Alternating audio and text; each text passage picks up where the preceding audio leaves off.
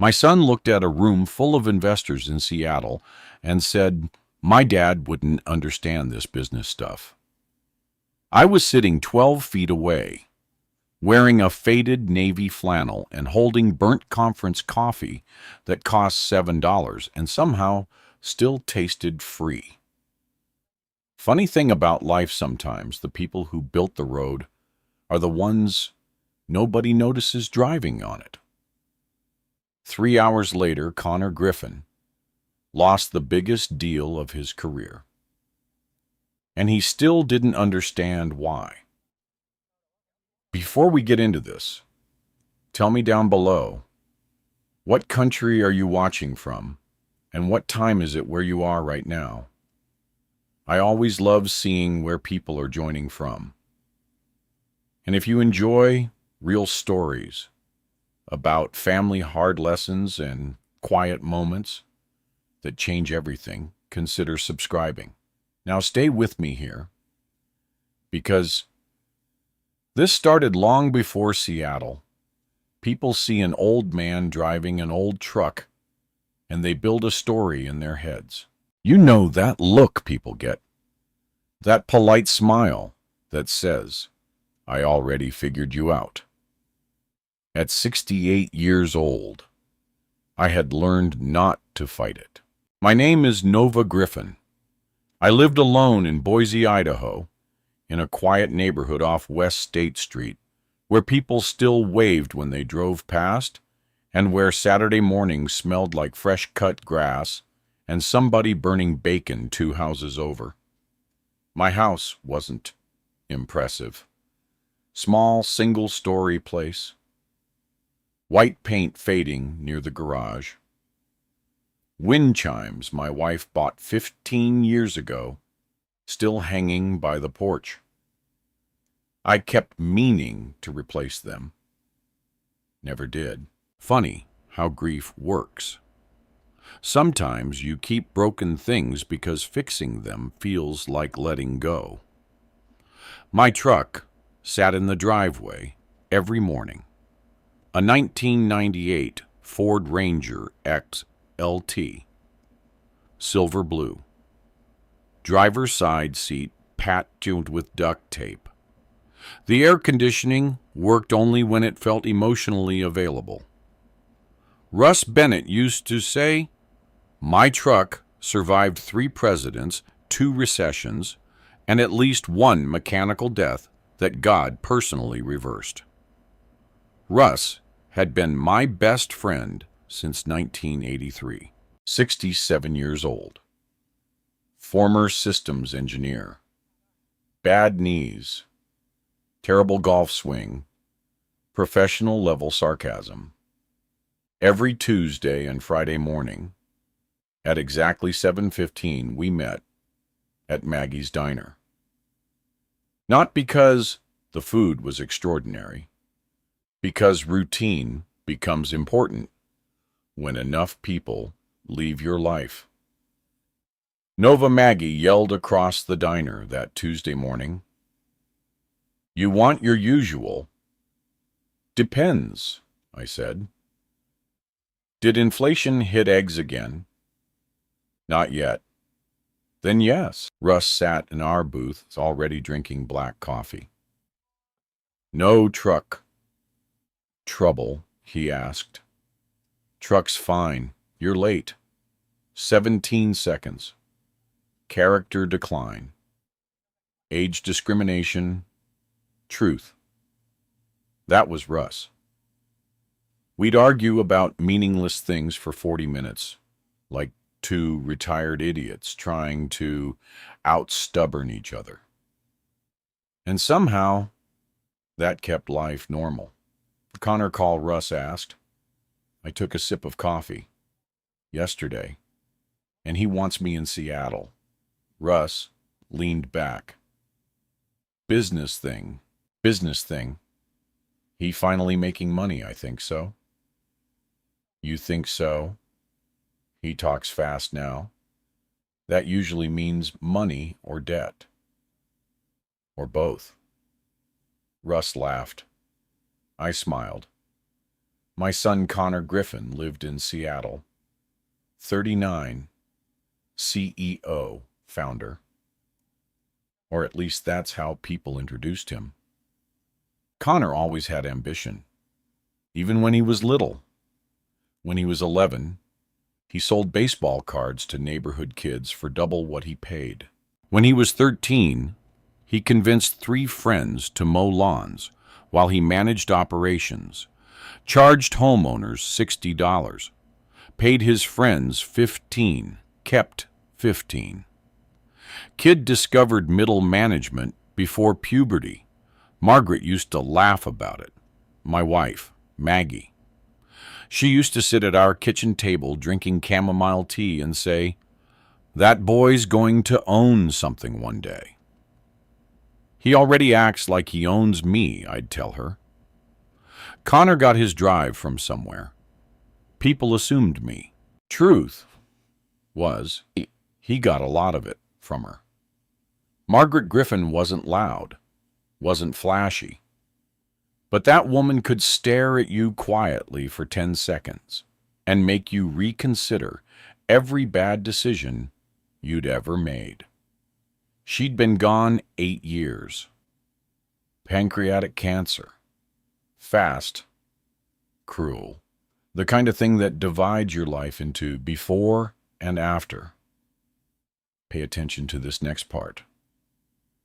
Because it matters. After Margaret died, Connor changed. Not overnight, not dramatic, just slowly. Calls became shorter. Visits became holidays only. Then holidays every other year. Then FaceTime. Then texts. Then business. Always business. Busy week, Dad. Big opportunity, Dad. Investors flying in, Dad. I understood. Or at least I told myself I did. People build careers, build families, build lives. Distance happens. Still doesn't make it hurt less. 3 months before Seattle, Connor had called. While I was replacing a sprinkler head in my backyard.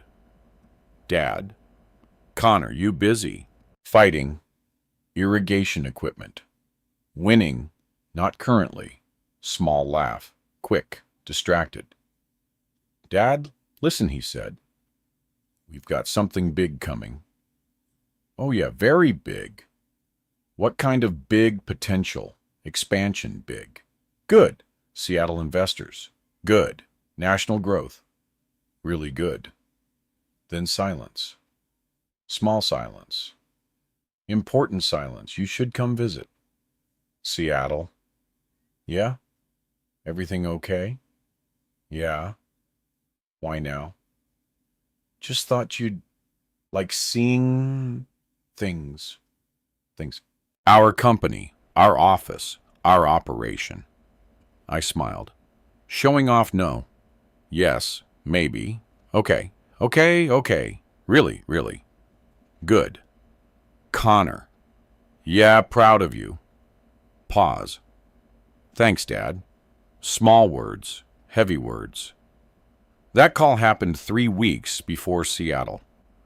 Then came another. One that sat wrong. Real wrong. Thursday, 5:42 p.m. I remember because I was standing in my garage. Connor talking fast, excited, distracted. "We're doing an investor presentation next month." "That's good." "Big people." "Good." "Real money."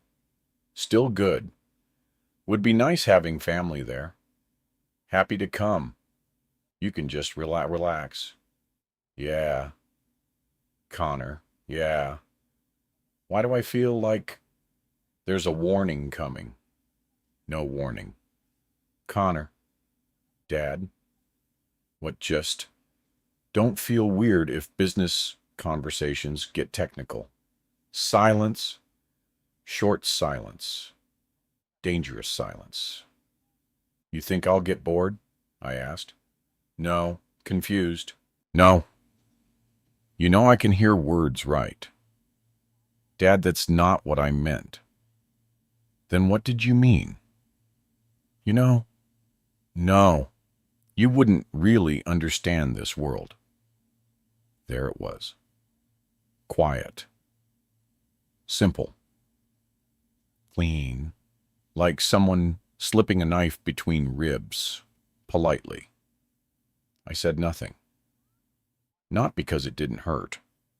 Because sometimes people tell you exactly who they are if you stay quiet long enough. I understand enough, I said. Dad, I said enough. Don't take it personally. Classic. Don't take it personally. My generation invented entire emotional damage industries around those 4 words. After we hung up, I stood in my garage. Quiet. Tool bench. Old fishing poles. Christmas decorations. Margaret's gardening gloves hanging exactly where she left them. And in the corner, a storage box. Gray, dusty, old. My eyes stopped there. Not because I needed anything inside, because memory works strange. That box had not moved in years, maybe decades. I walked toward it, stopped, looked, then walked away. Not yet. That night Russ called. You sound weird, he said. I sound normal? You sound weird. Connor said something. Bad depends. Tell me. He said I wouldn't understand his business world. Silence. Then Russ laughed. Actually laughed. Hard. What I asked. Oh, nothing. Russ. Nothing. Russ. Nova. What? Life has a weird sense of humor. You're doing that thing. What thing? That mysterious old man thing. You're older than me by 4 months. Answer me. No. Russ. Go to Seattle. Why, just go. You know something. No. You absolutely know something. Maybe. Russ. Trust me. I hate when you say that. I know. I hung up irritated. But not angry. Not yet. That would come later. At that moment, I thought I was flying to Seattle to visit my son. I had no idea I was walking straight toward 30 years of buried history. And history has a funny habit. It waits, quiet, patient, until the exact moment people think it's dead. Seattle always felt like a city, trying very hard not to slow down. People walked fast, talked fast, drank expensive coffee fast. Even the rain, somehow, looked efficient. My Alaska Airlines flight landed at Seattle-Tacoma International Airport on a gray Thursday afternoon in late October. The kind of Pacific Northwest weather that made everything look like somebody turned the brightness down 10%. I had one carry-on bag, one navy flannel jacket, one old leather wallet Margaret bought me in 1999, and exactly zero interest in impressing anybody. Connor texted me, landing delay at office. Be there 20 minutes. 20 became 43. Not that I counted. Okay. I counted. I sat near baggage claim drinking coffee that cost $5.75 and tasted like somebody described coffee to a machine that had never met coffee. You know that feeling when you're waiting for somebody who used to run toward you? When Connor was 6 years old, he'd sprint through airport terminals when I'd come home from business trips. Dad, like seeing me was the biggest event in human history. Funny how life edits people. At 2:52 p.m., Connor finally appeared. Dark charcoal jacket, white sneakers, dark jeans, Apple Watch, phone in hand, still typing while walking, still typing when he hugged me. Quick hug. One arm, professional hug. You made it, he said. I was beginning to think Seattle changed airports. Sorry. Crazy day. Big business world. His smile tightened. Tiny? Fast? Gone? Something like that. Connor looked good, healthy, successful. More gray around his temples than last Christmas. That surprised me. Success ages people. People think pressure only hurts people struggling. Pressure hurts everybody. We walked toward parking. Garage level 4. Space C 214. Dark blue Tesla Model Y. Of course. Nice car, and I said, it's practical. $48,000 practical. Dad, I'm joking. Mostly. He threw my bag into the back. Flight okay? Fine. No delays and... Nope. You hungry? Always. Good. I'm retired. Hunger becomes a hobby. Small smile. Progress. Traffic crawled north towards Seattle. Rain tapped softly against the windshield. Connor drove one-handed. Phone mounted near the dashboard. Navigation running. 3 text notifications appeared. 2 emails. Slack message. Calendar reminder. Kid lived inside his devices. How's Boise? He asked. Still Boise. Russ still alive. Barely. Connor laughed. Real laugh. For 2 seconds, he sounded 23 again. You still eating at Maggie's? He asked. Twice a week. You should try healthier food. I survived the 80s, Connor. That's not science. It's Idaho science. We crossed into the city. Glass towers, construction cranes, people everywhere. Seattle looked expensive. Like even breathing downtown required a subscription plan. You staying with me? Connor asked. If that's okay. Of course. Small pause. Rachel cleaned the guest room. Rachel. I'd heard the name. Connor's COO, 36. Smart. Operations background. Helped build the company. Connor mentioned her constantly. Not romantically, professionally. At least, I assumed professionally. She lives there, I asked. No. Oh. Silence. Then, we work a lot. Uh-huh. Dad, I'm saying nothing. You were absolutely saying something. Evidence. I know your face. You do.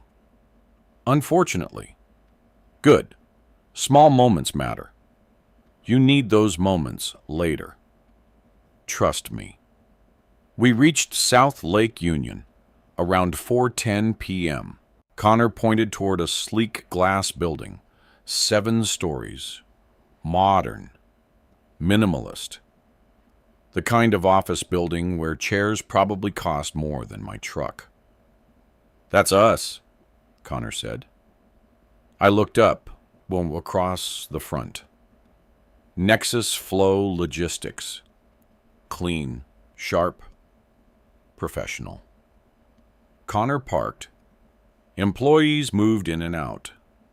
Young, fast, laptops, bad posture, energy drinks, corporate optimism. "You want to see it?" Connor asked. Thought that was the point.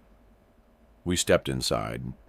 Open concept office, floor-to-ceiling windows, whiteboards, standing desks, people wearing headphones worth more than my first mortgage payment. Connor transformed immediately. Voice changed. Posture changed. Confidence amplified. "Connor? Connor? Connor?" People greeted him constantly. He moved differently here. Bigger, like the building itself inflated him. "This is Maya," he said. "Young engineer, 27 maybe." "Nice meeting you," she said. "You too." "You Connor's dad. Depends what he told you." She laughed. "Good kid. This is Alex. This is Jordan. This is Priya. Fast introductions, fast movement, fast everything." Connor guided me toward a glass conference room. "This is where we do investor strategy." I nodded. Screens covered walls, data dashboards, distribution maps, supply chain analytics, cold storage tracking systems, transportation routing, warehouse optimization. I felt something strange. Not emotional, not exactly. Recognition, small, quiet.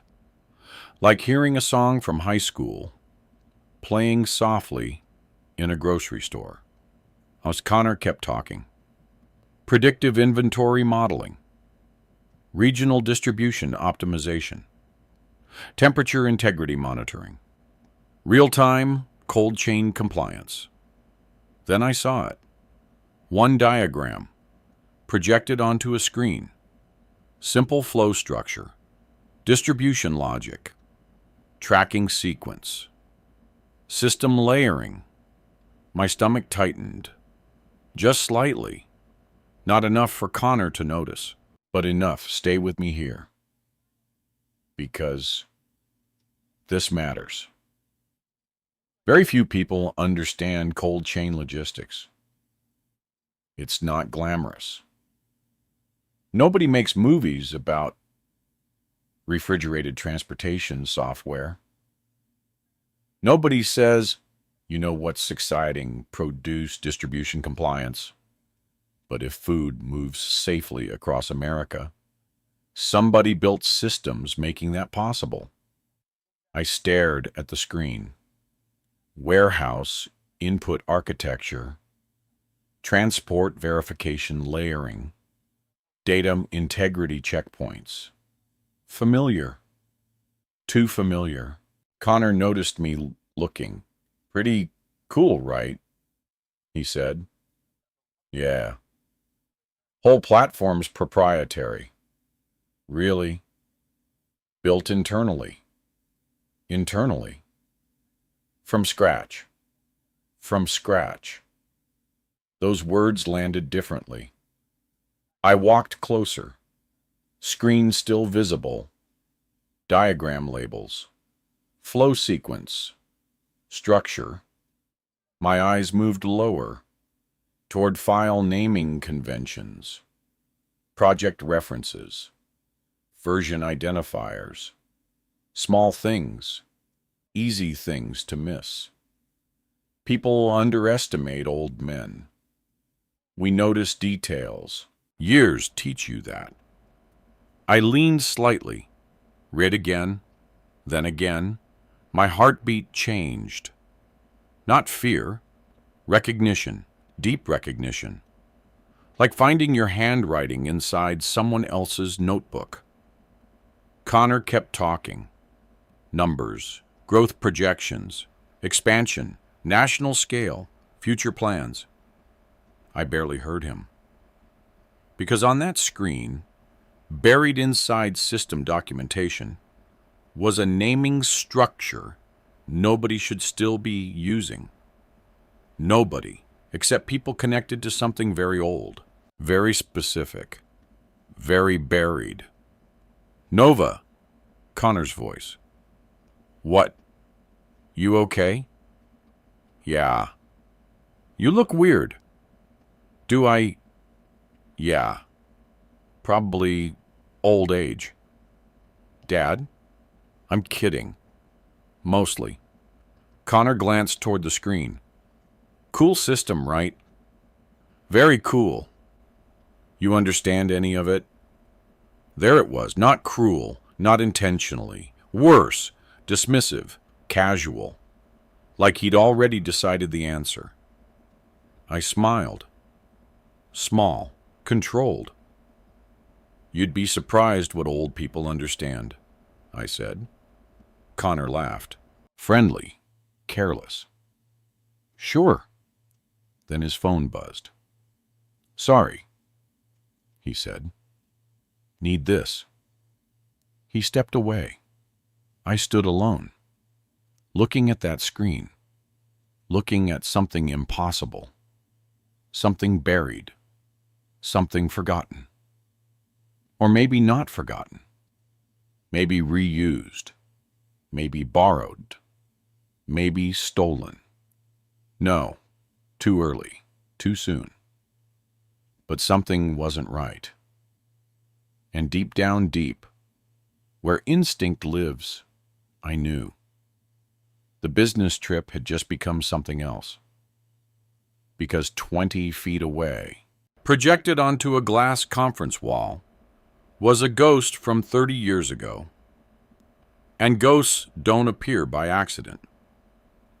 There's a strange feeling that happens when your past walks into the room without asking permission. Not memory, not nostalgia, something sharper. Like hearing your own voice in a crowd 30 years later.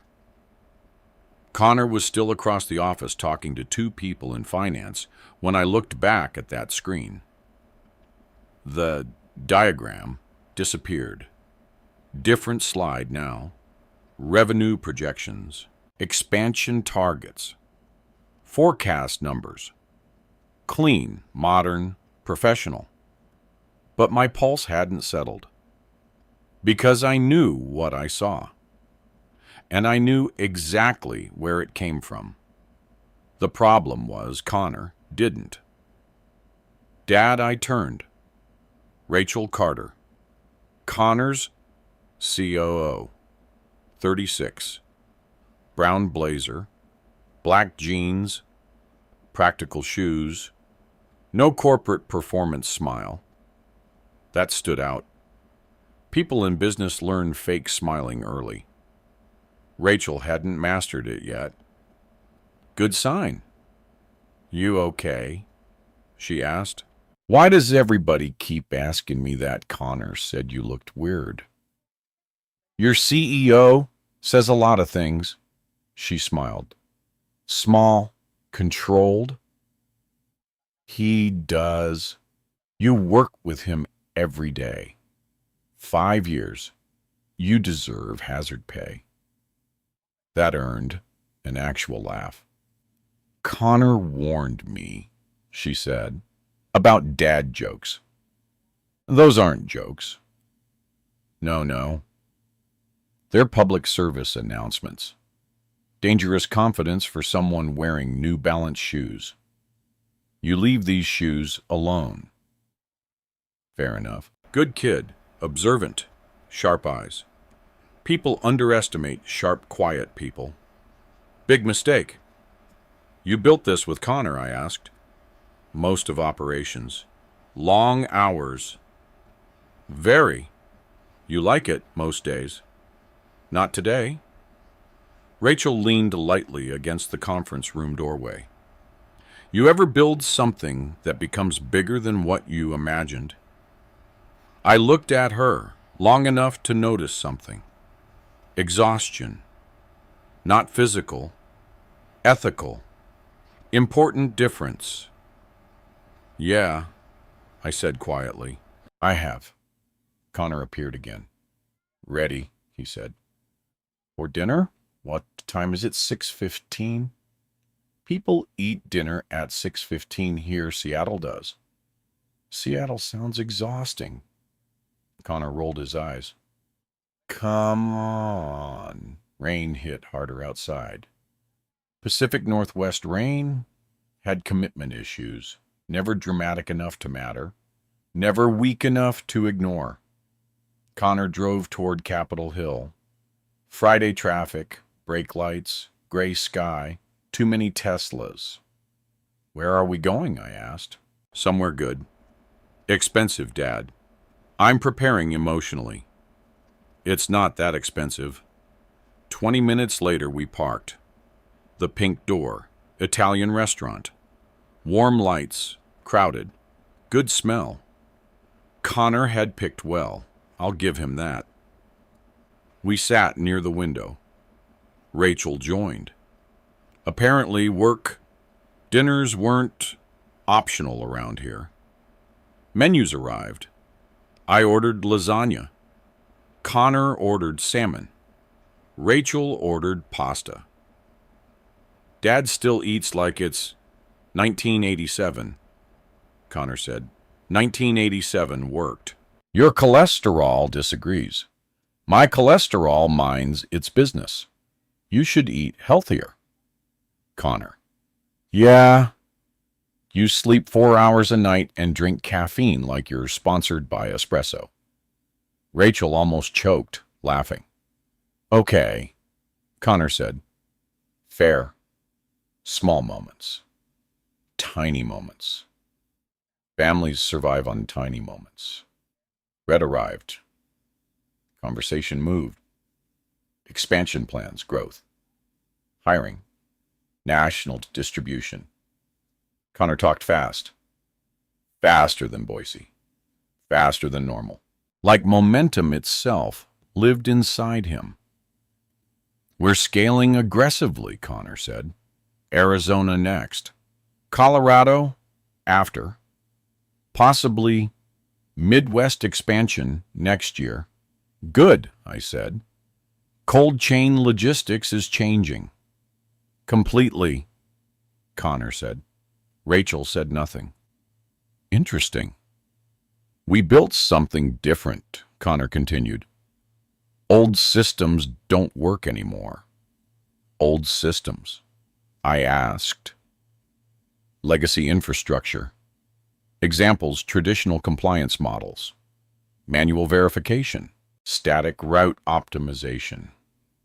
Outdated frameworks. I nodded slowly. Those were problems, I said. Exactly. Hard problems. Very hard. People spent years solving those. Sure, Connor said.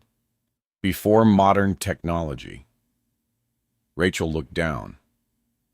Tiny movement. Pay attention to tiny movements. They matter. Connor? I said carefully. Yeah, who? Built your compliance architecture. Our team. Internal mostly. Mostly. Some acquired legacy integration. Acquired from where? Various sources. Which sources, Dad? What? Why? You really asking me? Logistics questions at dinner. Business world questions, any silence. Rachel picked up her water. Connor leaned back. Dad, he said, you wouldn't really understand how modern scaling works. There it was. Again. Same tone. Same casual certainty. Only this time, Rachel heard it. You know, Connor continued, things move differently now.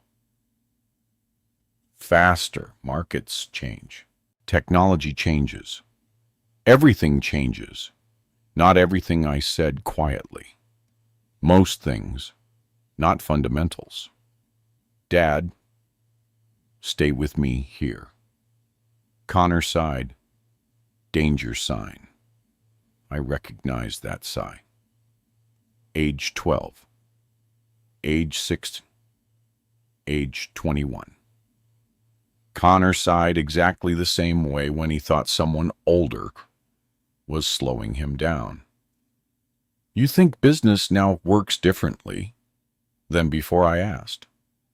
Obviously. Completely differently, yes. Interesting. Dad. No, seriously. Interesting. Nova Rachel said carefully. No, I said gently. I want to hear this. Connor leaned forward. You built careers differently. Different generation. Different economy. Different systems. Different competition. You don't understand startup pressure. You don't understand investors. You don't understand scaling. And that's okay. There it was, that hurt worse.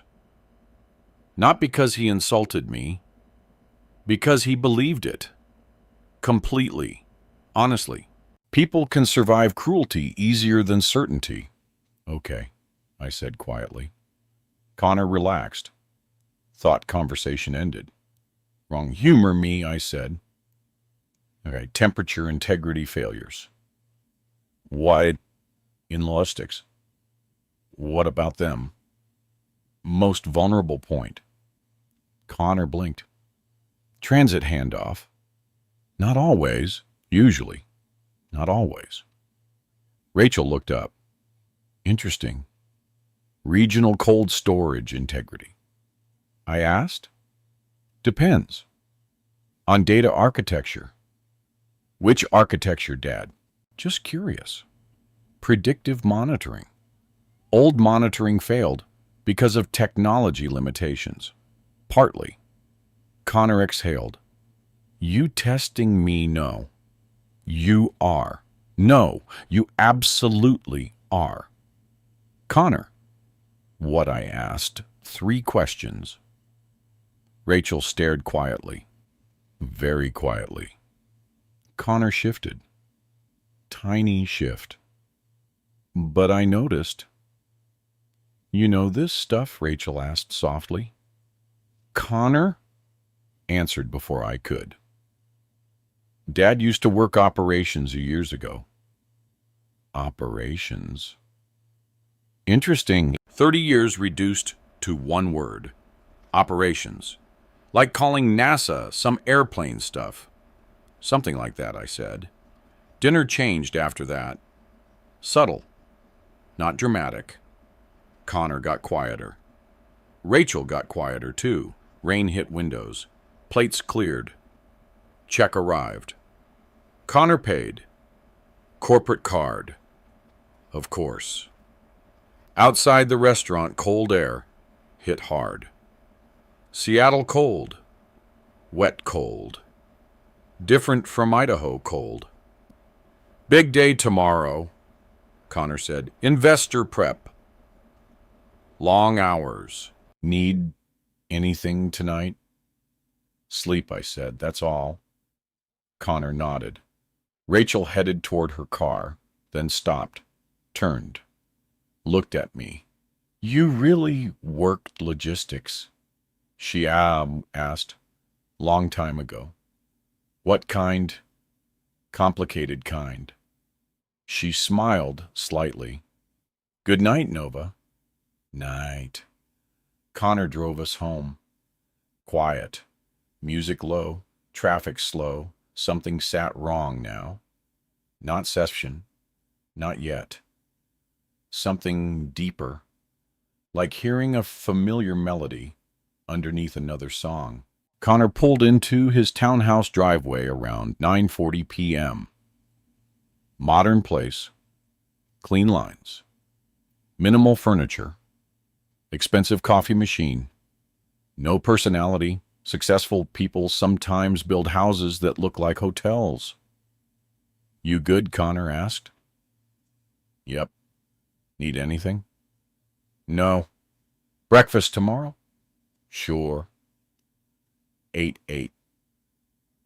Night, Dad. Night.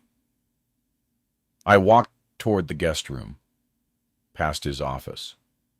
Door partially open. Computer screen glowing. And there, on his desk, sat something that made my feet stop moving. Old printed system architecture documents. One page visible. One label. One naming structure. One sequence. A sequence nobody should still know. Nobody except 4 people. One was dead. One lived in Idaho. One moved to Arizona 20 years ago. And one sat downstairs thinking his father wouldn't understand business. I stared at that paper, quiet, still. Then one thought landed hard enough to change everything. Connor didn't invent this. Not even close. I didn't sleep much that night. Not because I was angry. Anger burns hot. What I felt was colder than anger. Confusion. Confusion is dangerous because it makes you question yourself before you question anyone else. I sat awake around 2:13 in the morning in Connor's guest room, staring at a ceiling fan that spun too slowly to be useful and too fast to ignore. Seattle rain tapped softly against the window. A car alarm went off somewhere. Stopped, started again, stopped. Whoever invented car alarms clearly never lived near people. I kept replaying everything. The diagram, the naming structure, the compliance architecture, the file labels, the paper on Connor's desk. My brain kept pulling me backward. Back 30 years. Back before Seattle. Back before Connor became the kind of man who measured life in valuation growth and investor confidence. Back before Margaret got sick. Back before I walked away. You need to understand something. I never told Connor everything. That part mattered more than I realized. Parents do strange things. We protect children from storms they never asked to survive. Sometimes we protect them so long they grow up never understanding what weather feels like. Connor knew I worked logistics. He knew I traveled, knew I worked long hours, knew I built things. But children don't see parents clearly, not when they're young. When Connor was 8, I was just Dad, the guy who fixed broken bikes, burned pancakes every Sunday, fell asleep watching baseball, missed free throws in the driveway. The guy who said no to dirt bikes, no to motorcycles, no to stupid ideas, especially stupid ideas. He never saw conference rooms, never saw contracts, never saw investors, never saw 20-hour workdays. Because Margaret and I made sure of that. By design. Maybe that was our mistake. At 6:47 a.m., I walked quietly downstairs. Connor already awake, laptop open, coffee brewing. Phone beside him, another screen open, email moving. Slack notifications, numbers, always numbers. You sleep, he asked. Some. You. 4 hours. That explains your generation, my generation. You people slept. We also lived longer, statistically questionable, emotionally accurate. Connor smiled slightly. Good. Some version of my son still lived under all this. You hungry? He asked. Depends. On, am I paying Seattle breakfast prices? You're impossible, yet lovable, debatable. He ordered breakfast delivery. 2 breakfast burritos. 1 black coffee. 1 latte. Mine black. He remembered. That mattered too. People think relationships break all at once. They don't. They crack slowly, quietly, like ice under weight. But small, good things survive. Memory survives. Habit survives. Love survives longer than pride. Investor meeting starts 10:30, Connor said. Big one. Very. Victor Hale. Connor looked up. How do you know Victor Hale? Internet exists. You looked him up. I know how Google works. Dad? What? You really researched this. Connor, what? Some of us retired people get bored. Uh-huh. Also, your company website lists investors publicly. Oh, yeah? Okay, fair. Silence. Then you nervous? I asked. No, you look nervous. Not nervous. You're touching your watch. I touch my watch. You touched it 6 times. You counted occupational habit.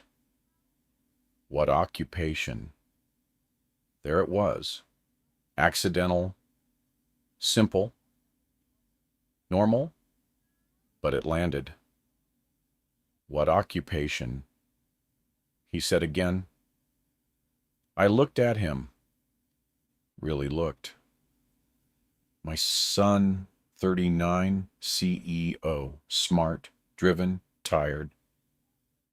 And somehow, still not seeing me. Long story. I said, Dad, long story. Okay. Rachel arrived around 8:15, coffee in hand, hair tied back, laptop bag over shoulder. Morning, she said. Morning, I said. Connor looked stressed. Rachel looked focused. Different energy. People reveal themselves under pressure. Connor accelerated. Rachel stabilized. Interesting. Big day, I asked. Very, Rachel said.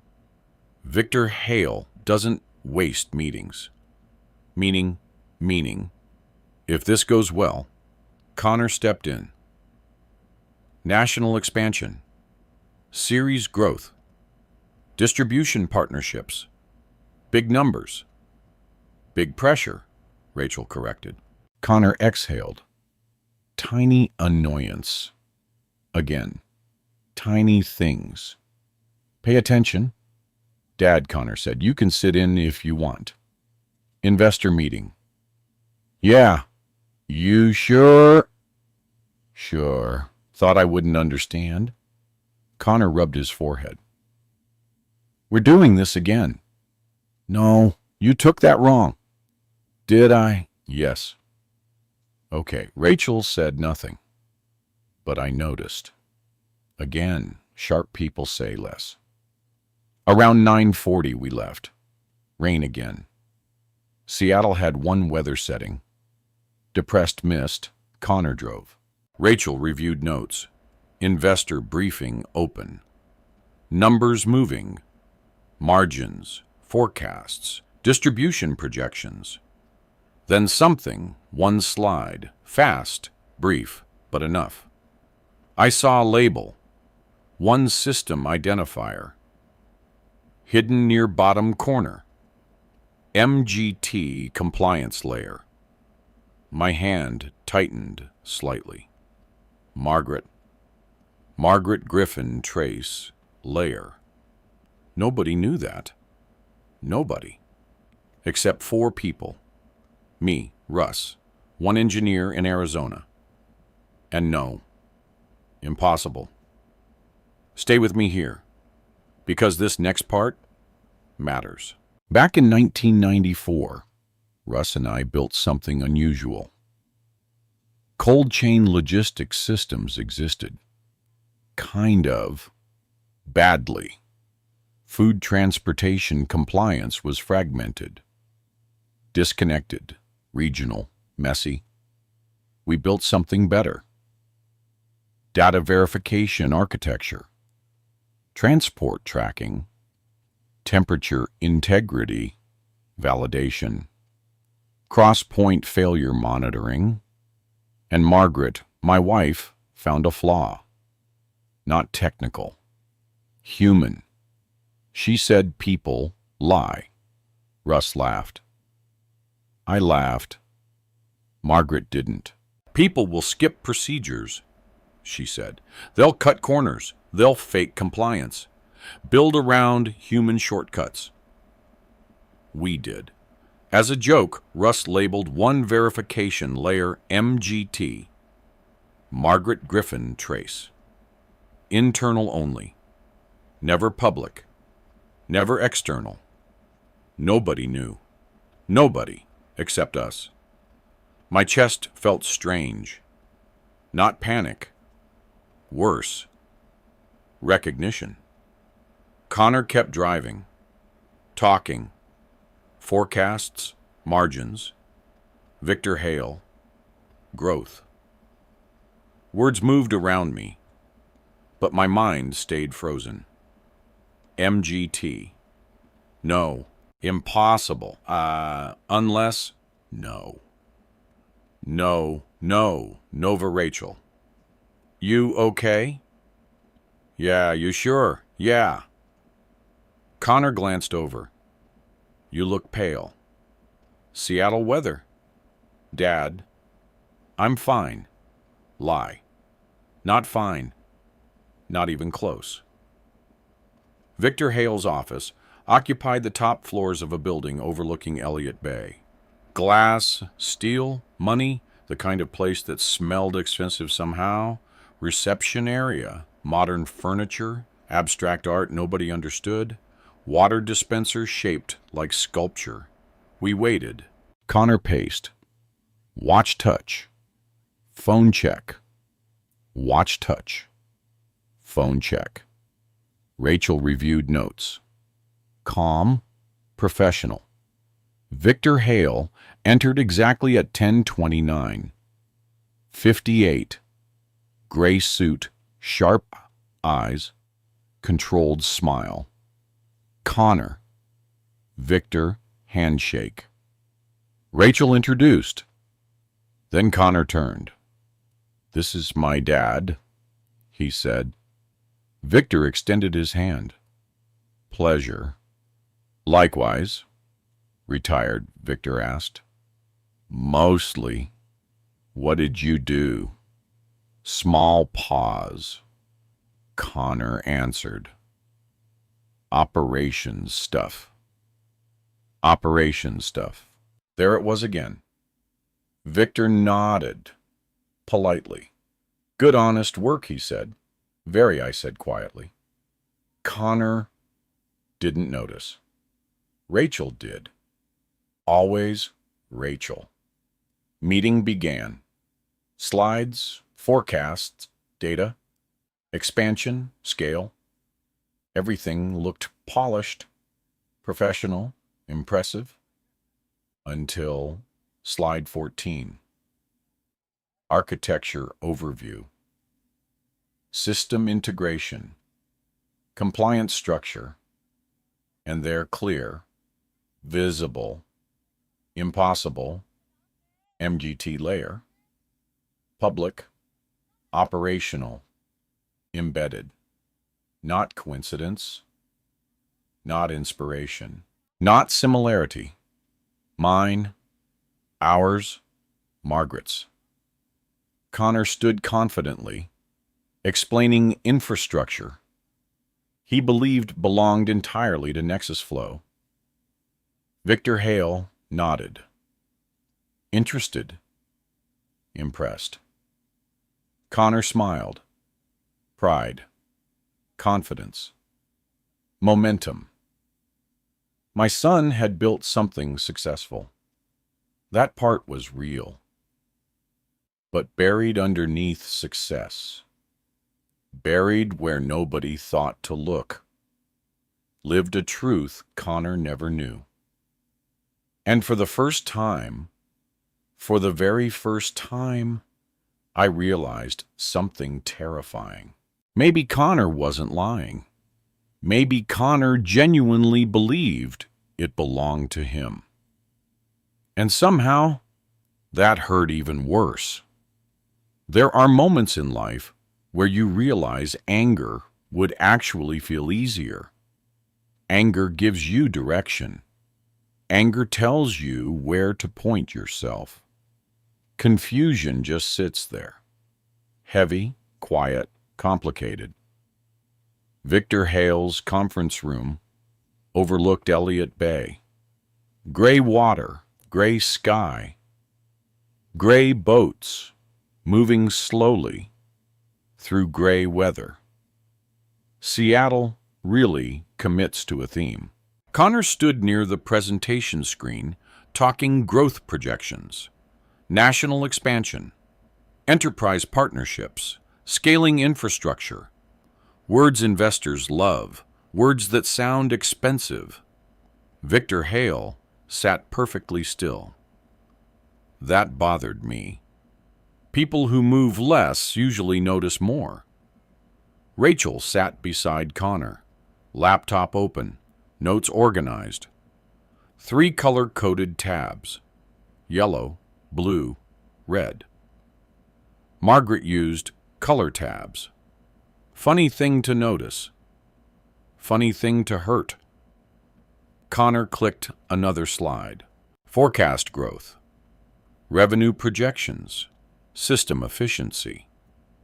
Victor nodded. Impressive, he said. Connor smiled. Small. Controlled. Investor smile. Thank you. Victor leaned back. One question. Connor straightened. Of course. Your compliance architecture. Okay. Explain your origin model. Connor answered immediately. Too immediately. We built internally. Victor nodded. Entirely? Primarily. Primarily? Some acquired legacy integrations. Victor folded his hands. From whom multiple acquisition pathways. Corporate language. You know what corporate language usually means? Somebody wants words to sound clearer than reality. Victor kept looking, waiting. Silence stretched. Connor kept talking. Mistake. Smart people answer questions. Nervous people answer extra questions. Rachel shifted slightly. Tiny movement. Tiny movements matter. Connor, Victor said calmly. I'll ask differently. Okay. Who originally developed your compliance verification framework? Connor hesitated. 1 second. 2, 3. You own it. Now, Victor asked. Yes. That's not what I asked. Room changed. Pressure changes rooms. Air feels different. Connor smiled. Not naturally. Professionally. Danger sign. We've evolved the system significantly, Connor said. Didn't ask that either. Victor Hale wasn't stupid. Rich people sometimes are. Not Victor. Ownership documentation, Victor asked. Available. Good. Rachel can provide it. Rachel looked up. Just slightly. Of course, she said. Professional, controlled. But something changed. Small. Almost invisible. Pressure. Meeting ended 30 2 minutes later. Victor stood. Good presentation, he said. Need deeper diligence.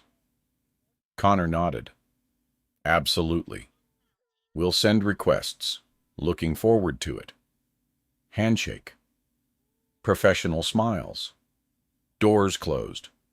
Elevator ride down. Silence. Connor finally exhaled. That went well. Rachel didn't answer. Rachel, need documentation package prepared. Already working it. Good. Connor, what need ownership records cleaned up? Connor frowned. What do you mean cleaned up? Need complete chain and documentation. We have it. Need cleaner package. Rachel, what we have it. Okay, short. Too short. I noticed. Of course I noticed. We stepped outside. Cold wind. Rain. Seattle doing Seattle things. Connor looked relieved. Phone already moving, email already flying, mind already 10 steps ahead. Lunch, he asked. Sure, I said. Rachel need office, she said. Work? You sure? Connor asked. Yeah, you eat, I'll survive. She left, fast, purposeful. Connor watched her go. Everything okay? I asked. Yeah. You sure Rachel gets weird before diligence? Meaning she overthinks, or thinks enough. Connor sighed. Dad, what? Don't start. Interesting answer. Didn't say no. We grabbed sandwiches near Pike Place.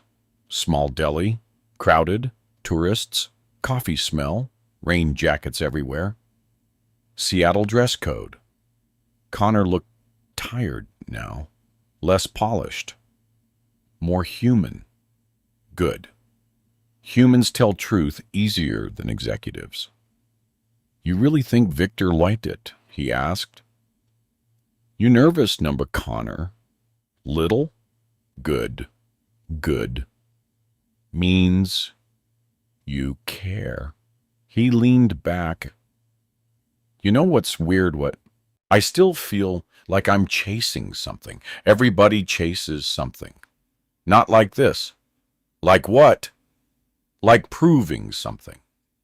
To who? Long pause. Then people. Wrong answer. Parents know wrong answers. Try again, I said. Connor looked outside. Rain sliding down windows. Cars having people rushing. Maybe myself, he said quietly. Closer. Not complete. Closer. Maybe Mom, he added. That one landed. Hard. Margaret. Always Margaret. She'd be proud, I said. You think I know. Connor looked down. Sometimes feels like I never did enough. Connor. Yeah. She loved effort more than results. Still. No, listen, I need you to understand something.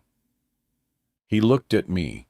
Your mother cared who people became, not what people owned. Connor stared quietly, then smiled slightly. Dad wisdom. Free of charge. Dangerous, extremely. For a second, one small second, I saw 16-year-old Connor again. Before ambition swallowed oxygen. Before pressure sharpened everything. Then his phone buzzed, and he disappeared back into work, just like that. Back at Nexus Flow, around 2:40 p.m. Something happened. Small, critical. Rachel stood near a glass conference room. Arms crossed. Laptop open. Connor walking fast toward her. What's wrong? He asked. Need historical ownership chain. We have it. Not complete. It is. Connor. Rachel. Need acquisition source verification. Why? Because diligence asks. We have documents. Need originals. We have copies. Need originals. Connor's voice changed. Tiny edge. Rachel. What? Why suddenly worried? Because I do my job. We've done this before. Not this level. We're fine. Connor. We're fine. Rachel stopped talking. Bad sign? Very bad sign. People will stop arguing when they stop believing words matter. Connor walked away, frustrated. Rachel stayed. Still. Thinking. Then she noticed me. Nova. You okay? No. Honest answer. First one. All day. You want coffee? She ahawed. I don't think coffee fixes this. No, probably not. We sat downstairs. Building cafe. Overpriced coffee. Predictable disappointment. Rachel looked exhausted. You ever think you know everything about somebody? She asked quietly. Then realize you don't. Every parent eventually. No, not like that. I waited. Silence matters. People fill silence. Connor built this company, she said. I know, worked himself sick. I know, almost lost everything twice. I believe it. He deserves what he built. Important wording. Deserves what he built. Not owns. Built. Rachel, I said carefully. Yeah. Where did Nexus Flow come from? What do you mean? Beginning. Connor started consulting. Then software. Then growth. Then acquisitions. Acquisitions? From who? She hesitated. Tiny. Important. Legacy infrastructure providers, she said. Names? Why curious? Nova. Yeah. Do you know something danger? Sharp people. Sharp, quiet people. I don't know, I said honestly. Not yet. And that was the first completely true thing I'd said all day. Because deep down, past suspicion, past confusion, past hurt, something else was growing. Something dangerous. Evidence. People imagine traps as dramatic things. Hidden pits. Complicated schemes. Carefully planned revenge. Real life usually works differently. Most people destroy themselves. You just have to stand still long enough to watch it happen. I wish I could tell you. I immediately confronted Connor. That I walked upstairs, closed his office door, put old truths on the table. Movie version. Clean version, fake version. Life doesn't work like that. Not when family gets involved. Especially not family. Thursday night, Seattle rain settled over the city like wet wool. Heavy. Quiet. Persistent. Connor was still at Nexus Flow around 8:30 p.m. Rachel, too. I stayed back at his townhouse, made coffee, burned coffee, managed somehow to fail, using a machine smarter than I was. Progress. I sat near the kitchen island, staring at my phone. Russ Bennett. 3 missed calls. Of course, I called back. You alive? Russ answered immediately. Barely. Took long enough. Busy. You sound weird. You always say that. Because you're always weird. Fair. Silence. Then you found something. Not a question. Russ knew me too well. Maybe. Nova, maybe. You only say maybe when the answer is yes. Russ, talk. I looked toward Connor's office upstairs.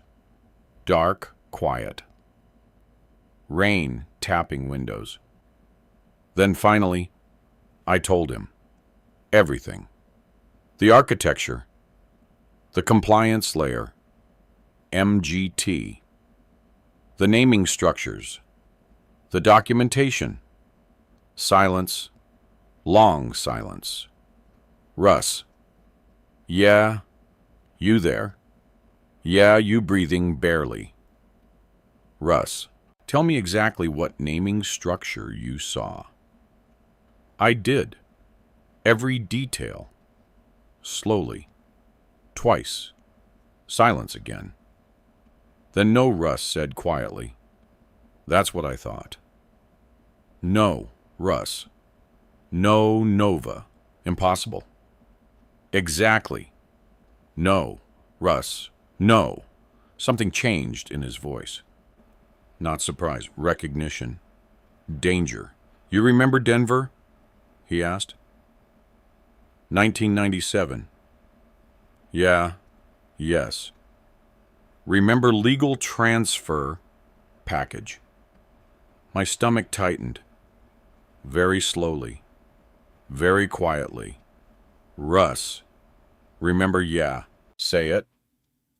We sold operational assets and retained foundational verification rights and core compliance structure. And I closed my eyes. Rain outside, Seattle, present day. But suddenly, conference room. Legal documents. Margaret sitting beside me. Russ arguing with attorneys. Me exhausted, desperate. Scared. Margaret already sick. Already getting weaker. Nova. Russ again. Present. Now! Say it. We kept ownership protections. Exactly. Cold. Everything's suddenly cold. Not weather. Truth. Connor doesn't know, I said quietly. No. He couldn't know. No. He genuinely doesn't know. Maybe. Russ. What? Don't do that. Nova. What? You sure? Yes. You positive yes? You willing to bet Connor built everything himself? Silence. No. No, I wasn't. Call me back, Russ said. Doing what looking? Russ, call you back. Click. Gone. I stared at my phone. You know what fear feels like. People think fear feels loud. Heart racing, panic, sweating, sometimes. Other times, fear feels quiet. Like standing on ice, not hearing cracks, just knowing they're there. Connor got home at 10:14 p.m. Tired, loose tie, laptop bag hanging low. Rachel dropped him off. Interesting. You still up? He asked. Old people don't sleep. That's not true. Fine. Old people sleep weird. Better. He opened the refrigerator, pulled out leftover Thai food. Cold noodles, corporate survival fuel. You eat? He asked. Yeah. Good. Silence. Microwave humming. Kitchen lights low. You okay? Connor asked. Why? You've been weird. Seattle weather, Dad. Connor. No, seriously. What you seem... What off? You ever think maybe you're finally noticing things? What things? People? You mean you maybe?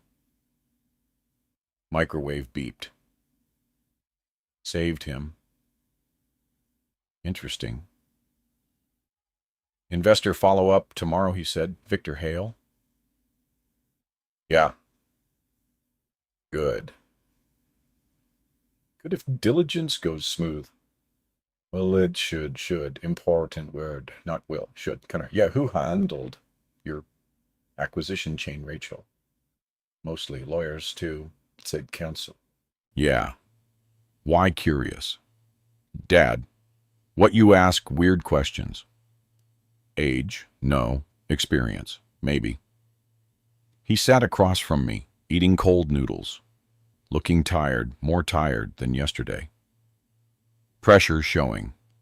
Good. Pressure reveals cracks. You ever think about Mom? He asked suddenly. Question hit sideways. Unexpected. Every day. Yeah. Connor. What? Everything okay? Yeah, no. Dad. Talk. Long silence, real silence. Then, what if you build something, he said quietly, and it still doesn't feel enough?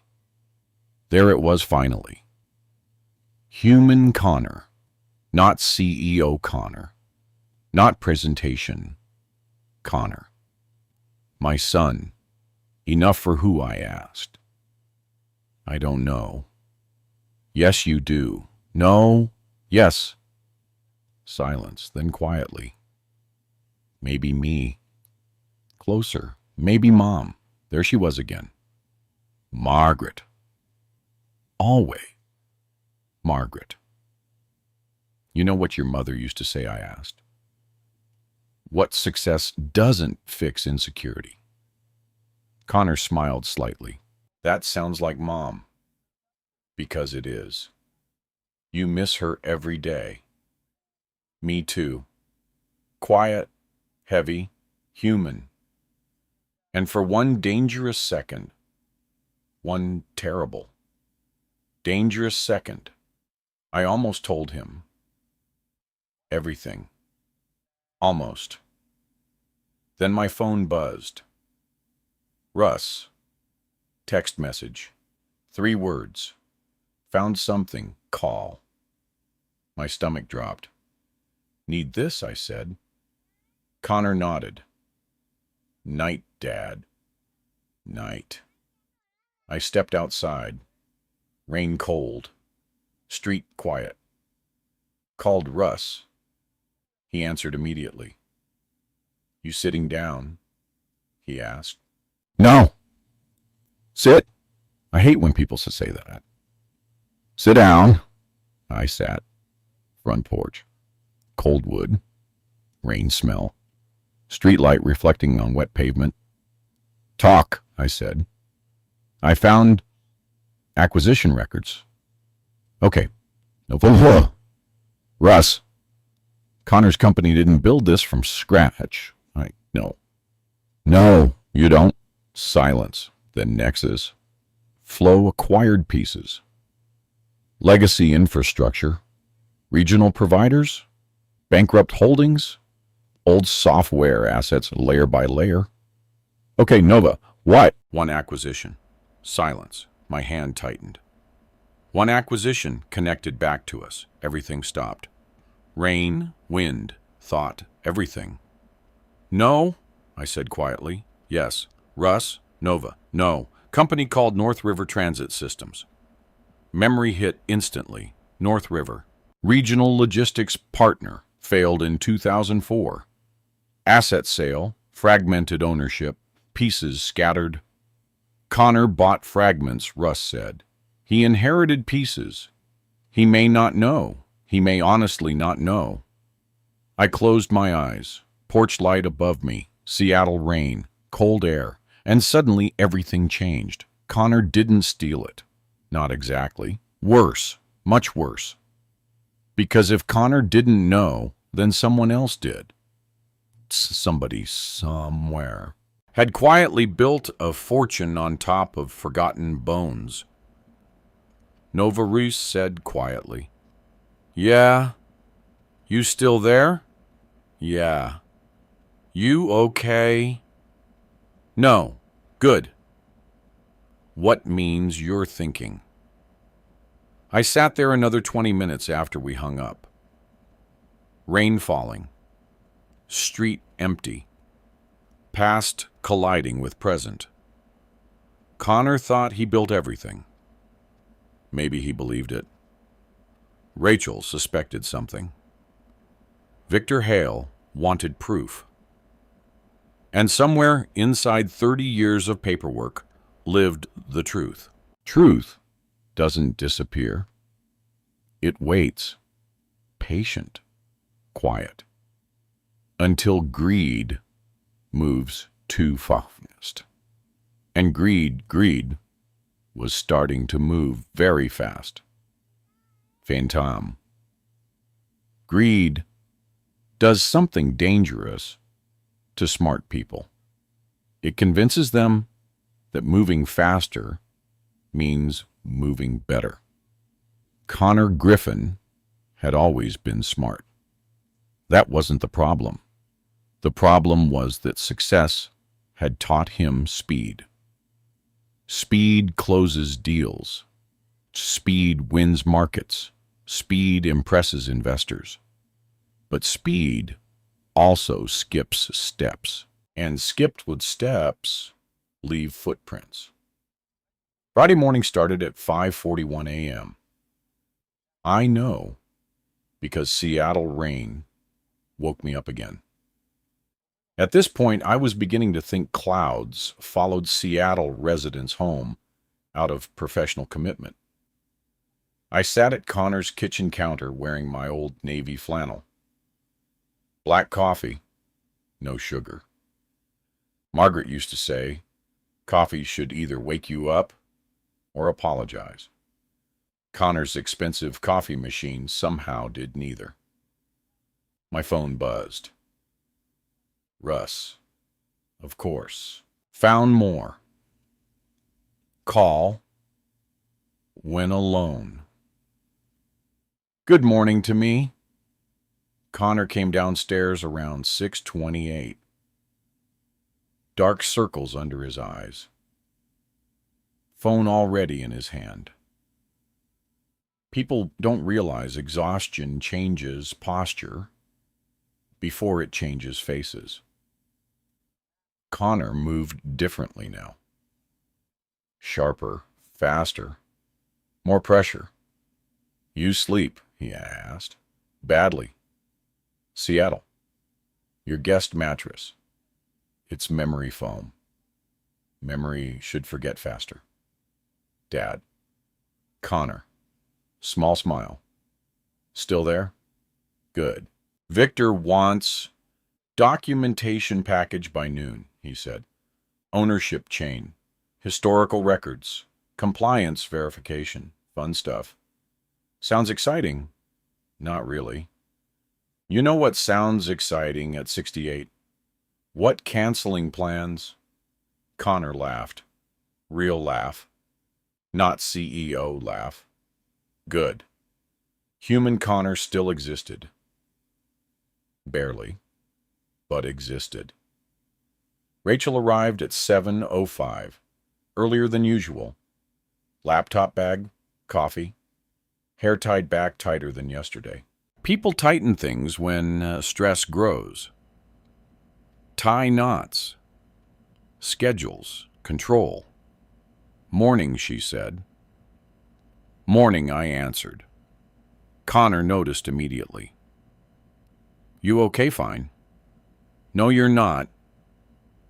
Need ownership records. We have them. Need originals. We have originals. Need chain validation. Rachel, what relax? I'll relax when diligence finishes. Connor rubbed his forehead. Same movement. Again. Pressure. Victor's team wants metadata reports too, Rachel said. That landed. Metadata. Interesting. Connor paused. Small pause. Tiny. Critical. Metadata, he said. Standard diligence. We've never needed that before. Victor Hale isn't before. Silence. Connor picked up coffee. Didn't drink it. Interesting. People hold things when nervous. Coffee. Pens. Phones control. Rachel said, yeah. Need archive access. Why need source validation? We already validated. Need documented validation. Rachel. What? We don't have time to overcomplicate this. There it was. Greed's first symptom. Rushing. You don't rush diligence, Rachel said quietly. You prepare for it. Connor exhaled hard. You're making this bigger than it is. No, you are. No, you are. Connor, no. Kitchen went quiet. I said nothing. You know why? Because people tell truth faster when they forget you're listening. Rachel closed her laptop slowly. Need access by 9, she said. Then she left. Door closed. Silence. Connor stood still, looking irritated. Tough morning, I asked. Rachel gets obsessive. Maybe she's careful. Dad, what you always do that? Do what take everybody else's sick side. Interesting. That one surprised me. Connor. Forget it. No. Forget it. Connor. Forget it. People say forget it when they desperately want you not to. I said nothing. Connor. Mom always backed you. There it was, unexpected. Real. Dangerous. That's not true, I said quietly. Sure. No. Dad. No. Connor. Silence. Your mother argued with me constantly. Tiny smile. Yeah. Connor said quietly. She did, constantly, especially when you got stubborn. I don't get stubborn. Okay, I don't. Dad. Connor. Small moment. Human moment. Then gone. Phone buzzed. Work returned. Pressure returned. Life returned. At 8:42, I finally called Russ. You alone? He asked immediately. Yeah. Good. Talk. North River. Records go deeper. How deep? Deep. Russ. Nova. Talk. Connor's acquisition chain includes something called Cascade Freight Systems. Memory hit instantly. Cascade. Regional infrastructure. Old Pacific Northwest Transport Network. Collapsed 2008. Assets liquidated. Cascade acquired North River, Russ said. North River had fragments. Yes. Cascade had fragments. Yes. Nexus Flow bought Cascade assets. Yes. Meaning, yes. Connor inherited it. Layer by layer. Acquisition by acquisition. No theft. No intentional fraud. Not by Connor, but still. Something felt wrong. Russ. Yeah. What's missing? Exactly. What? Something's still missing. What metadata trail? There it was again. Metadata. Nova. Yeah. You know what diligence finds everything. Exactly. Silence. Then Connor moved fast lately. Yes. Too fast, yes. Good. What greedy people make mistakes. Connor isn't greedy. Silence. Nova. What people Don't start greedy. That sat heavy. Very heavy. Around 10:30. I walked into Nexus Flow, reception area busier, pressure visible, people moving faster, talking faster, energy wrong, bad energy. Rachel stood near engineering. Laptop open. Face serious. Connor walked toward her. Fast. Too fast. Tell me this isn't real, Rachel said quietly. What? Tell me. Rachel. Tell me, not here, Connor. Not here. My feet stopped. Not close enough to hear everything. Close enough? Metadata history, Rachel said. Archive records. File inheritance. Rachel, Connor, lower your voice. Answer me. Aner, real danger. Rachel wasn't suspicious anymore. Rachel knew something. Connor noticed me. Conversation stopped instantly. Always bad sign. Dad, Connor said quickly. Morning. Morning. Rachel looked at me. Longer than usual. Too long. Nova, she said quietly. Can we talk later? Yes? Connor looked between us. About what operations, Rachel said. Operations. Interesting word choice. Very interesting. No secrets, Connor said. Rachel didn't smile. Didn't answer. Didn't move. People stop performing when trust breaks. Around noon, everything exploded. Not publicly. Worse, quietly. Rachel walked into Connor's office. Closed the door. 23 minutes. No voices. No yelling. Nothing. Then Connor came out. Face pale. Jaw tight, phone already dialing. He walked past me, didn't even see me. Rachel stepped out 2 minutes later. Eyes tired, not angry, disappointed, much worse. Rachel, I said quietly. She stopped, looked at me. Nova. You okay? No, Connor. No. What happened? Silence. Long silence. Then he submitted diligence package. Too fast. My stomach tightened. How fast? Too fast. What happened? Metadata. Again, metadata. Rachel, yeah. What metadata? She looked directly at me. Sharp people don't waste eye contact. Archived source inheritance. Historical file chains. Original developer identifiers. My heartbeat changed. Rachel. Yeah, tell me. Not yet. Rachel. Not yet. Why? Because I'm still hoping there's another explanation. And right then, standing inside Nexus Flow, watching people move around, pretending everything was normal, I realized something. Connor hadn't stepped into danger. He'd sprinted toward it. And Victor Hale was already looking. Fanchin. You ever watch somebody walk toward a glass door they think is open? That feeling.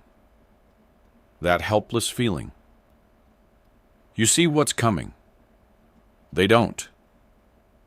You want to stop them. But part of you knows people sometimes need to hit reality themselves.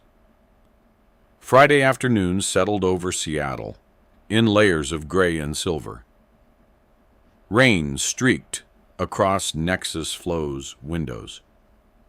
Employees moved carefully now, quieter. Pressure changes offices. Laughter gets smaller. Conversations get shorter. People walk faster. Rachel hadn't come out of her office in nearly an hour. Connor hadn't sat down once. Victor Hale's diligence team had requested another documentation review. Then another.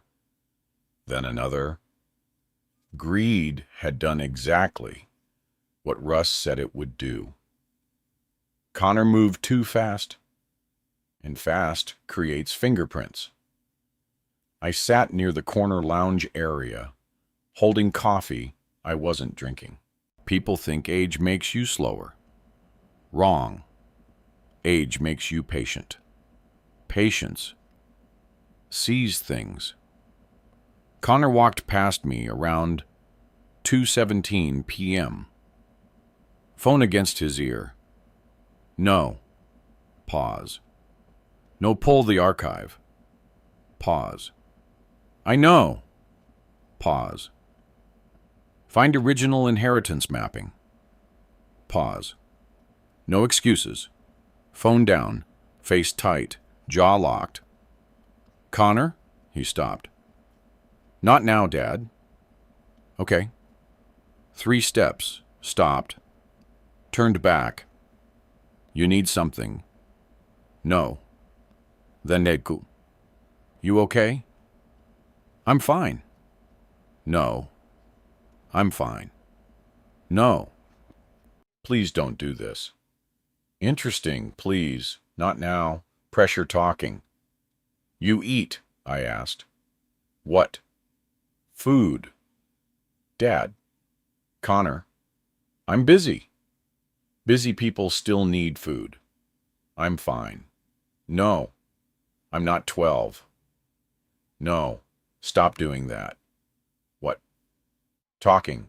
Like what? Kikala. You know things. There it was, finally. The thing sitting under everything. Pride. Not cruelty. Not hatred. Pride. Dangerous thing. Particularly when mixed with insecurity. I know some things, I said quietly. You know what I mean. Do I? Yeah. No. Dad. Connor. Long silence. People watched, not directly. Office watching, corporate watching, the kind where nobody looks directly, but everybody sees. We're under pressure, Connor said. I know. No. You don't. There it was again. Same mistake. Same blind spot. You sure? I asked, quietly. Yes. Interesting. Very interesting. Rachel appeared. Perfect timing. Or terrible timing. Hard to tell. Conference room 3, she said. Voice calm. Too calm. Connor looked immediately. What's it? Need to talk. Now. No. Connor, no. No. Connor, no. No. Employees noticed, of course. Pressure leaks. Rachel stood still. Didn't move. Didn't blink much. Danger sign. Very dangerous sign. 5 minutes, Connor said. Now, oops. Rachel answered. Quiet. Sharp. Professional. Worse than yelling. Connor looked around. Saw people. Saw eyes. Saw perception. CEO. Brain. Activated. Fine. They walked away. Conference room 3. Glass walls. Blinds closed. Smart.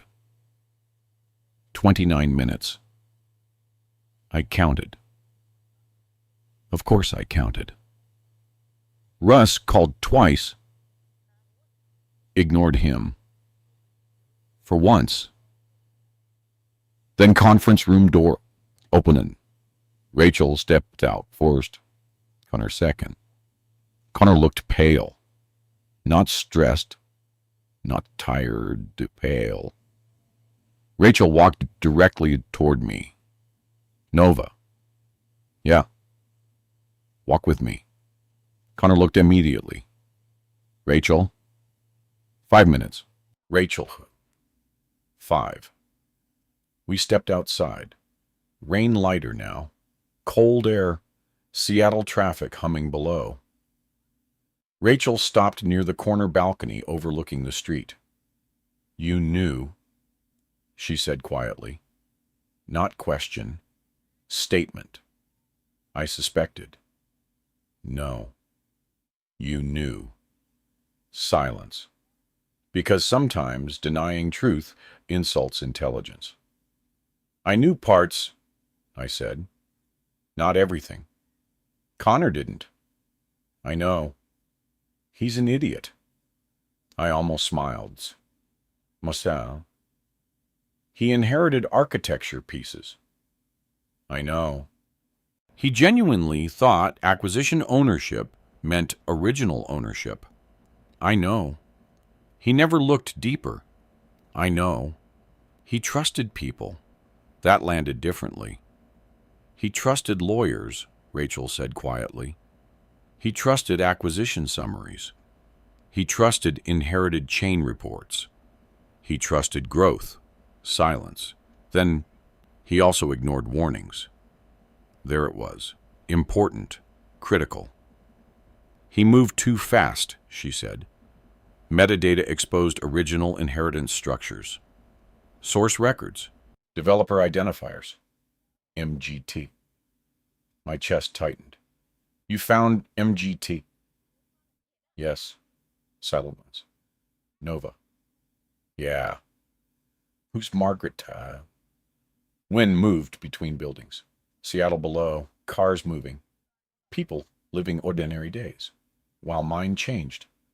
My way, I said quietly. Rachel stared. Long enough. Oh, God. Yeah. Oh, God. Yeah. Nova. I know. She leaned back against railing, hand against forehead. Processing, thinking. Sharp people think hard. He doesn't know, she whispered. No. He really doesn't. No. He'll lose Victor. Probably. He could lose Nexus flow. Maybe. He'll lose trust. Silence. Heavy. Real. He deserves consequences, Rachel said quietly. But not destruction. There it was. Why I had liked Rachel immediately. Character. Hard thing to find. Rare thing to keep. What happens now? She asked. I don't know. Yes, you do. No. You absolutely do. No. Nova. I said no. Because truth, I didn't know. Not really. Because this stopped being business. Long ago, this became family. And family breaks differently. My phone buzzed. Russ, Tiad. 2 words. Check email. Of course. I opened email. Russ, attachment. Legal archive package. Transfer documentation. Foundational ownership retention. Compliance structure protection. Verification. Architecture rights. Everything. Everything. Signed, dated, documented. Margaret's signature, my signature. Attorneys, everything. Rachel watched quietly. You have proof, she said softly. Yeah. You had proof the whole time. No. What? I had history. Russ found proof. Small difference. Critical difference. You gonna use it? She asked. I don't know. You have to. Do I? Nova. What? Victor Hale already knows something's wrong. Maybe. No. Rachel. Victor requested emergency review. Silence. Emergency review. Those 2 words matter. A lot. When? I asked. Tomorrow. Saturday. Emergency review. Victor moving fast. Very fast. Greed moved Connor too fast. Now diligence moved Victor faster. Balance. Life likes balance. Connor knows. I asked. Not everything. How much? Enough. Danger. Real danger. We walked back inside. Office quieter. Employees leaving. Friday evening. Seattle dark early. Connor stood near his office. Looking out windows. Hands in pockets. Still. Too still. He turned. Saw Rachel. Saw me. Saw something. Parents. No. Immediately. What happened? He asked quietly. Nobody answered. Rachel. Nothing. Dad. Nothing. Somebody say something. Silence. Then finally, Connor laughed. Smallho. Wrongno. Dangerous. What, Nobody moved. What? He asked. Louder. Rachel stepped forward, very slowly. Connor. What? Metadata. Exposed inheritance origins. Silence. Absolute silence. Connor blinked once, twice, 3 times. No. Yes. No. Yes. No. He looked at me. Not Rachel. Me. Dad. I said nothing. Because suddenly, for the first time, Connor Griffin understood. Not everything. Not yet. But enough. Enough to realize the business world he thought I didn't understand was about to teach him something expensive. There's something nobody tells you about being right. Sometimes being right feels terrible. People imagine revenge feels powerful, clean, satisfying, like standing on a mountain while dramatic music plays behind you. Real life doesn't work like that. Real life feels quieter, heavier. Saturday morning. Seattle woke up cold. Not Idaho cold. Seattle cold. Wet cold. Clouds hanging low enough to make buildings feel tired. I woke at 5:18. Didn't sleep much. Again. Connor hadn't come home until nearly 2. I heard him. Front door, footsteps, office chair wheels moving upstairs. No television, no music, no phone calls, just silence. Heavy silence. The kind that comes after somebody realizes the ground beneath them isn't as solid as they believed. At 7:42, my phone rang. Victor Hale. Interesting. Very interesting. Nova Griffin, speaking. This is Victor Hale. I know. Pause. You know. Connor showed me your website. Small silence. You free this morning? What time? 9. Where my office? Why documentation review? I'm retired. No. Excuse me. No. You're not. Interesting man. You understand this industry?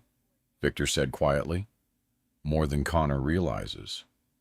Long silence, dangerous silence. How much does Connor know? Victor asked. About what about you? Not enough? Thought so. Call ended. 8 words stayed with me. Not enough. Connor came downstairs at 8:11. Same clothes. No sleep. Coffee. No breakfast. Danger signs. Always danger signs. You leaving? He asked. Yeah. Victor? Yeah. Silence. You talked to him? Yeah, without me? Yeah. Dad? Connor. Why Victor called? You answered. Usually how phones work. Dad. What? Please, please. Again. Pressure strips people down. Finds original language. You have documents, Connor said quietly. Yeah. You knew. Parts. You knew, Connor. You knew. I suspected. You let me walk into this. There it was. Not anger. Pain. Much worse. Connor. No, Connor. No, you need to hear this. No, you're 39. Silence. You're not 14. Dad. No, you built a company. Yes. You hired lawyers? Yes. You bought infrastructure. Yes. You signed acquisitions. Yes. You told investors ownership was verified. Yes. You rushed. Silence. You ignored Rachel. Silence. You moved too fast. Silence. You assumed. Silence. You never looked. Silence. Then finally, I trusted people. Quiet. Broken. Human, I know, I said. You think I'm stupid? No. You think I'm greedy? No. You think I lied. Long silence. Critical silence. Connor. What? I think you wanted success badly enough that you stopped asking hard questions. He looked down. Didn't argue. That's how you know truth landed. Victor Hale's office felt colder than yesterday. Conference room. Glass walls. Rain. Coffee nobody touched. Rachel there. Victor there. Attorney there. Outside counsel there. Connor beside me. Very quiet. Victor folded his hands. Thank you for coming. Nobody answered. Documentation review completed, Victor said calmly. Chain inheritance validated. Nobody moved. Foundational compliance. Architecture ownership protections confirmed. Connor stared forward. Didn't blink. Didn't move. Metadata history validated. Silence. Original verification framework origin identified. Victor looked directly at me. Nova Griffin. Quiet. Heavy. Real. Attorney opened folder. Documents slid across to Mabel. Margaret's signature. Mine. Russ. Bets. Contracts. Retention agreements. Everything. Everything. Connor looked down. Hands motionless. Rachel sat still. Victor spoke carefully. Nexus flow. Legally acquired infrastructure assets. Connor inhaled sharply. Good. Critical distinction. However, Victor continued. Foundational compliance ownership protections remained retained under original protection agreements. Silence. You inherited architecture. You did not originate architecture. Silence. You represented ownership broadly. Silence. Too broadly. Connor finally spoke. Voice quiet. Did I commit fraud? Nobody answered immediately. Worst kind of answer. Attorney leaned forward. No evidence intentional fraud occurred. Connor closed his eyes. You acted recklessly, Victor said. You failed diligence. You failed verification. You moved too quickly. You assumed ownership without sufficient validation. Silence. Victor slid one final paper forward.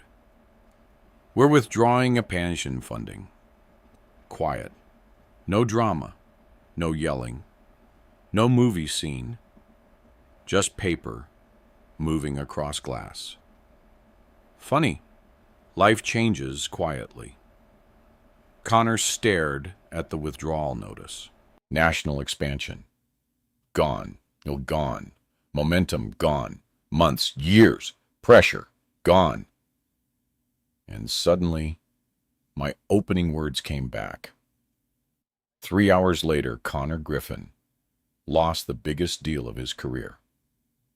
Not because I destroyed him, because truth arrived before growth finished hiding it. Victor stood. Meeting finished. Nobody moved. Rachel finally stood first. Quiet, professional, controlled. Connor, she said softly. Nothing. Connor. Nothing. Then finally, go home, she said, sleep. Connor laughed once, small, broken, sleep. Rachel looked at him. You're exhausted. I lost everything. No, yes, no. Ambition. You built. Nexus flow, Rachel said quietly. You still built Nexus flow. I built it wrong. No, you built it fast. Difference. Big difference. Victor left. Attorney left. Rachel stepped outside. Only Connor and me remained. Conference room. Seattle rain, glass walls, 2 men, father, son. 40 years between us. I hate this, Connor said quietly. I know. I hate that you knew. I know. I hate that Mom knew things I didn't. Silence. I hate that everybody knew things. Connor. I hate that I didn't know who my own father was. There it was, finally, the wound. Not business. Never business. Identity, shadow, pride, fear. I knew you worked logistics. Silence. I didn't know. I know. Why didn't you tell me? Long silence and long enough.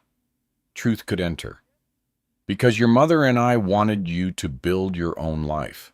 You should have told me. Maybe. No, definitely. Maybe. No, I smiled. Small, tired. Human. You sound like your mother, I said quietly. Connor laughed. Once.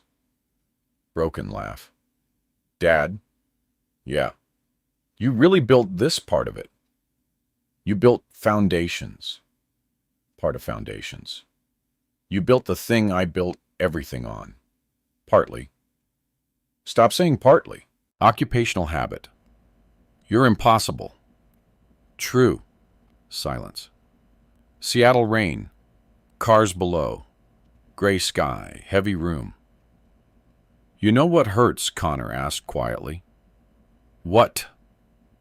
You sat in my office. Yeah. You watched me explain your own work. Yeah. You let me do it. Yeah. Why? Long silence.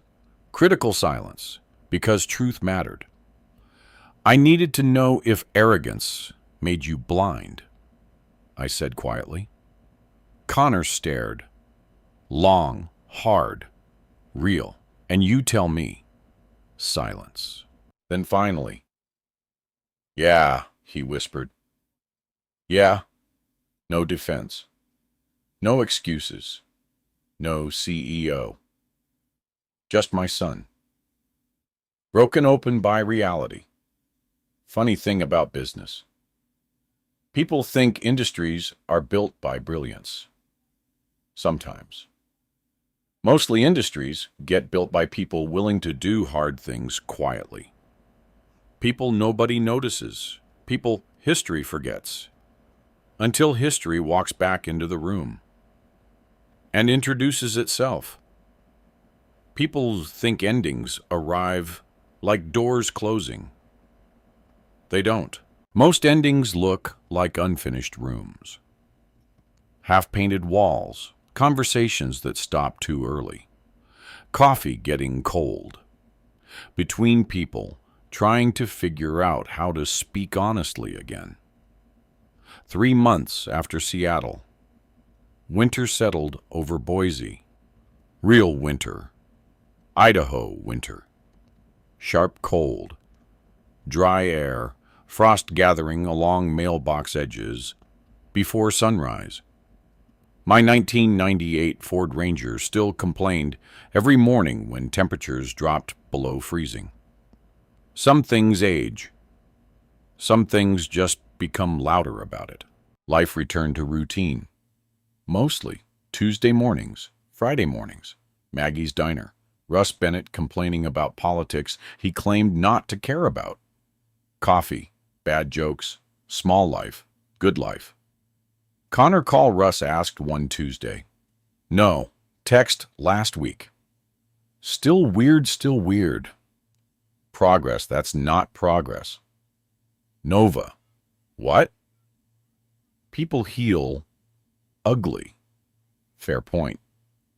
Connor came back to Boise once. December. Oh, I'm cold enough to make your face angry. He stayed 4 hours. Not overnight. 4 hours. Long drive from the airport. Awkward conversation. Too much coffee. Not enough words. We talked in my garage. Funny place for important conversations. Garage smelled like motor oil. Dust. Old wood. History. Connor stared at storage boxes, fishing gear, Christmas decorations, Margaret's gardening gloves, still hanging there, still untouched. You kept them, he said quietly. Yeah. Why? Didn't feel right moving them. Long silence. You really loved her. Not question. Statement. Yeah, I said quietly. Still do. Connor nodded. Looked away. People do that when emotion gets too close. Nexus flow survived. Smaller. Different. Victor Hale pulled expansion funding completely. National growth disappeared. 23 employees left. Connor restructured operations. Cut spending. Slowed growth. Painful. Necessary. Rachel stayed. That surprised me. Maybe it shouldn't have. Good people don't disappear when storms arrive. Good people pick up buckets. 6 weeks after Seattle, Connor made a decision. Quiet decision. Important decision. Nexus. Flow publicly corrected attribution records. Updated compliance ownership documentation. Formal recognition. Original framework acknowledgement. Not legally required, morally required. He did it anyway. Russ nearly choked, reading it. Kid actually did it, Russ said. Yeah, didn't expect that. Me either. Margaret would've. That one sat heavy. Real heavy. Margaret would've. Of course she would've. She always believed people could become better. Even stubborn people. Especially stubborn people. Nova Russ said quietly. Yeah. You proud of him? Long silence. Complicated silence. Yeah, I said finally. Me too. Not because Connor won. He didn't. Not really. Not because he lost. That wasn't victory either. I was proud because he'd done something harder than winning. He admitted He was wrong. Publicly. Honestly. Without hiding. Do you know how rare that is? Particularly in business. Particularly in pride. Particularly in men. January brought another surprise. Rachel called. Nova. Everything okay?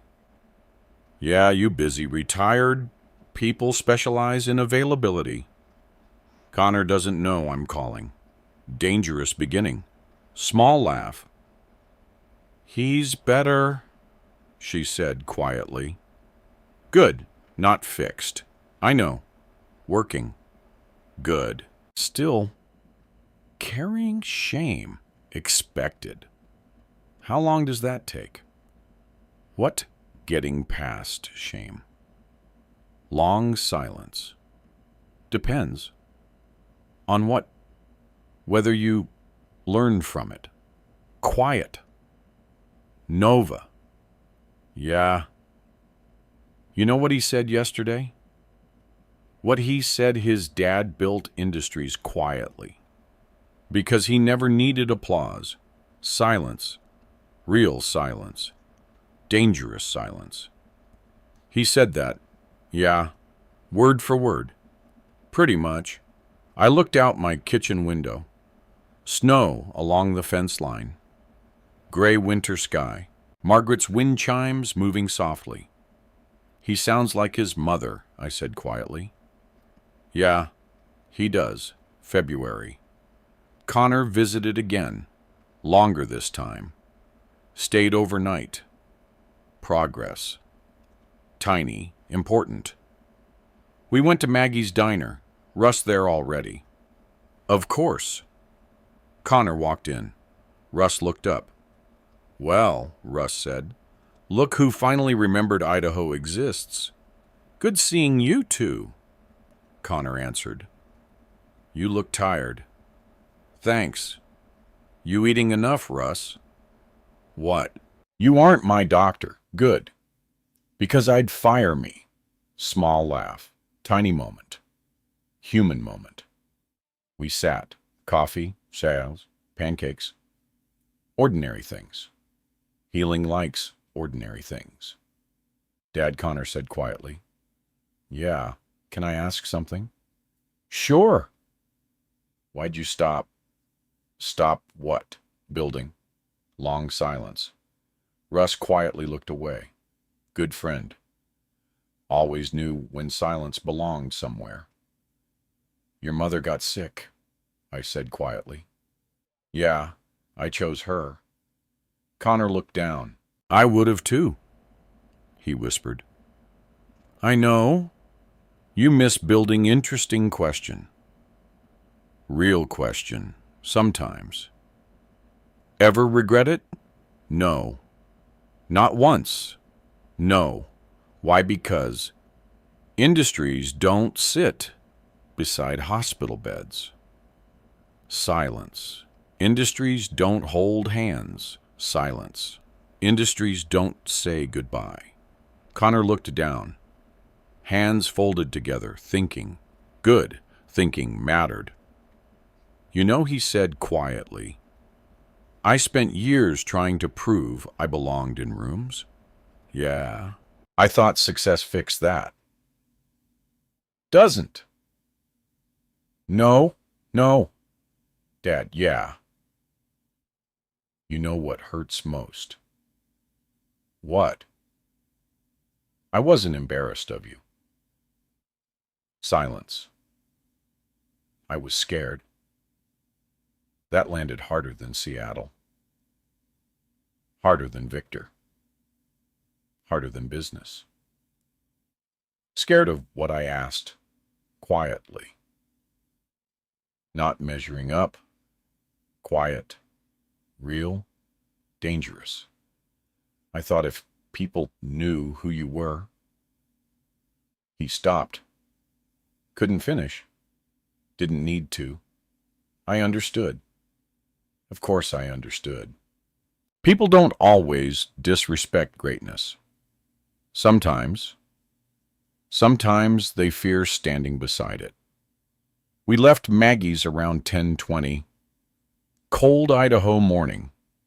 Connor stood near my truck, hands in pockets, breath visible.